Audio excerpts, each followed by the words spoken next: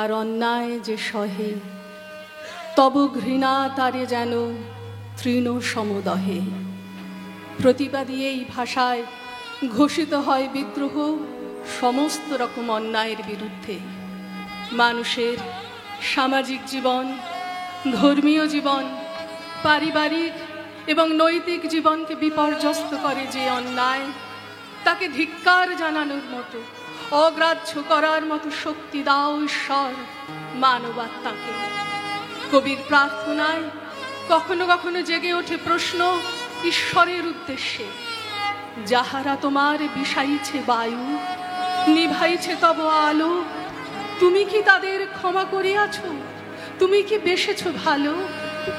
নিদারুণ ব্যথায় ভরা এই প্রশ্নের উত্তর না পেলে বিদ্রোহ ঘোষিত হয় কবির কলমে। এমনকি ঈশ্বরের প্রেরিত দূতকে অগ্রাহ্য করে বাহির দরজা থেকেই তাদের ব্যর্থ নমস্কারে ফিরিয়ে দিত ভয় পান না তিনি। ভয় থেকে অভয় মাঝে জীবনের উত্তরণের জন্য প্রয়োজন আমার আমিকে জানা, আর এই আমি সত্তাকে সম্যকভাবে উপলব্ধি করার জন্য প্রয়োজন চেতনার উন্মেষ। তবে আমির মধ্যে যে বিশাল শক্তি, অসীম শক্তি, তাকে উপলব্ধি করে, তাকে হাতিয়ার করে সমস্ত রকম অন্যায়ের বিরুদ্ধে সংগ্রামে জয়ী হতে পারা যায়। এই বার্তাই কবি রেখে গেছেন আমাদের সামনে তার সমস্ত সৃষ্টির মধ্যে দিয়ে। শুধুমাত্র পুরুষ চরিত্রই নয়, তিনি সৃষ্টি করেছেন তার কাব্যে, তার রচনায় এমন বহু মহিলা চরিত্র যারা কোনো না কোনো পন্থায় সংগ্রাম করে গেছেন অন্যায়ের বিরুদ্ধে।